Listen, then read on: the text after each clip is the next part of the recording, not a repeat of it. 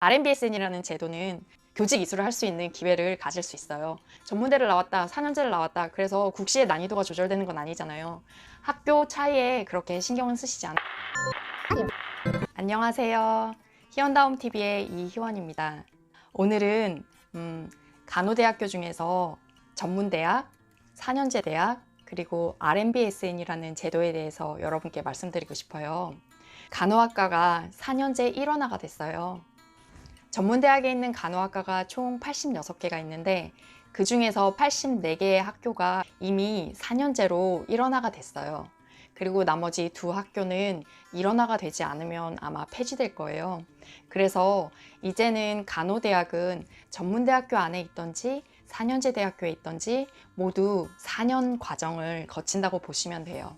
전문대학교를 나오셔도 4년제 대학교를 나오셔도 간호학과는 학사학위를 받는 거기 때문에 전문대학교를 나오셨어도 대학원 가실 때 전혀 문제 없이 진학하실 수 있으세요. 그러면 차이점은 대체 뭐냐? 취업에 그렇게 별반 차이가 있다거나 아니면 학교 시스템, 교수님들의 능력 이런 거에 대해서 그렇게 차이가 있다고 생각하진 않아요. 교수님이 좋다 말다 이건 지극히 주관적인 개인의 취향이고 또 많이 아신다고 강의를 잘 하시는 건 아니기 때문에 뭐 교수님이라든지 학교 실습 시스템 이런 게 전문대학이다 4년제 대학이다 이거에 따라서 달라지는 것 같진 않고 그냥 각 학교에 따라서 달라지는 것 같아요. 그런데 한 가지 차이점은 아직까지는 있더라고요. 학비가 전문대학교가 100만 원 정도? 이 정도가 4년제 대학보다는 좀 싸대요.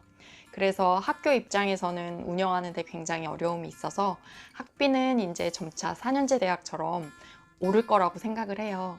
3년제, 4년제 시스템적으로 봤을 때는 차이가 없어요. 그래서 이제는 전문대학이다, 4년제 대학이다의 차이점보다는 뭐 지방에 있는 대학이다, 자대병원이 있다 없다, 수도권에 있다 뭐 이런 거의 차이점? 이제 학교마다 차이점이 있는 것 같아요. 저도 지방에 있는 학교를 나왔어요. 그래서 뭐 수업을 100% 영어로 한다든지 수업을 원서로 한다든지 제가 나온 학교는 그러지는 않았는데 서울에 또 굉장히 우리가 알만한 유명한 학교 이런 데는 수업의 50% 이상은 영어로 수업을 하고 또 원서를 보기도 한다고 하더라고요. 그렇다고 다 우리가 거기를 갈 순 없으니까 중요한 건 내가 실력이 되면 좋은 학교 가면 당연히 좋겠죠. 그런데 안 되더라도 내가 지금 갈 수 있는 그 학교에서 간호사가 되는 게 중요하니까 그 자리에서 내가 열심히 하면 뭐 장학금을 받을 수도 있고요.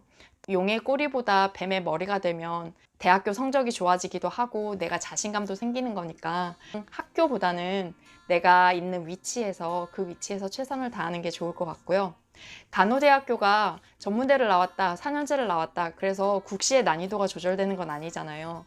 같은 시험을 똑같이 치러서 합격을 해야지 간호사 면허증을 받기 때문에 간호사 면허증을 받고 나면 그 다음부터는 똑같은 출발선에서 간호사로서 시작하시면 되고요. 나머지는 다 개인의 역량이 달린 거니까 학교 차이에 그렇게 신경은 쓰시지 않아도 될 것 같아요.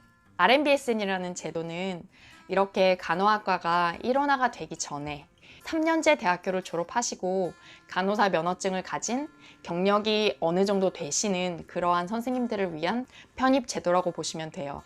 간호사 면허증을 따기 전에 편입을 하면 3년 과정을 들어야 되는데 RMBSN을 하면 3학년 편입을 해서 정말 2년 과정에 졸업을 하실 수 있으세요. 학교마다 보는 게 다르다고 하더라고요. 공통적으로는 간호사 면허증이 있어야 돼요.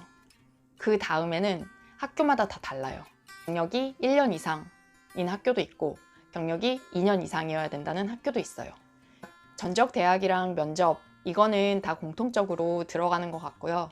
편입 영어를 보는 학교도 있고 아닌 학교도 있고 전공시험을 보는 학교도 있고 아닌 학교도 있고 이렇게 돼요. 그럼 3년제 대학을 나오신 선생님들께서 학사학위를 받는 방법은 RMBSN 말고도 뭐 독학사 그런 거 있죠. 학점은행제, 독학사, 방통대 이런 것도 있는데 RMBSN이라는 제도를 활용하시면 다른 점은 최종 학력이 RMBSN을 하신 그 학교가 되는 거예요. 저는 또 새롭게 알았는데 교직 이수를 할 수 있는 기회를 가질 수 있어요. 성적순으로 자르긴 하지만 열심히 하시면 교직 이수를 해서 보건교사를 할 수 있는 기회가 생기더라고요. 그래서 RMBSN이라는 제도는 임상에 계시는 선생님들이 야간 대학을 2년 동안 다니시는 거예요.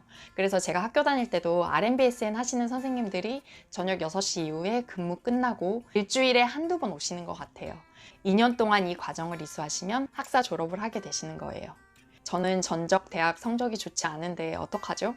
그러면 제가 생각할 때는 편입이든 RMBSN이든 학교마다 다 다르잖아요. 전적 대학 성적, 면접, 얘네는 다 기본적으로 들어가고 영어 성적을 본다든지 전공 시험을 본다든지 이렇게 학교마다 다 다르기 때문에 전적 대학 성적이 좋지 않아요 하시는 분들은 다른 거 다 보지 않고 전적 대학이랑 면접 이것만 봐서 가는 학교를 선택하지 마세요.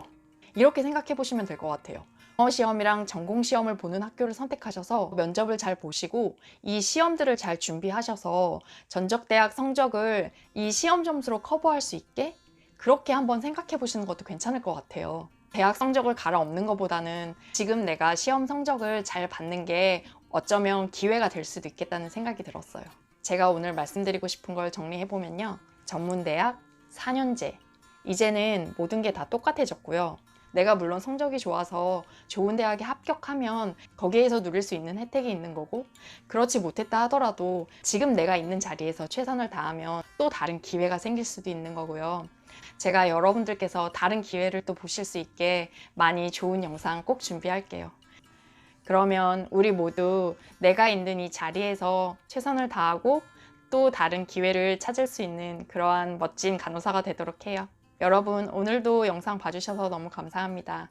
우리 다음 시간에 또 봐요. 안녕. 궁금하신 점은 꼭 댓글 주세요. 안녕.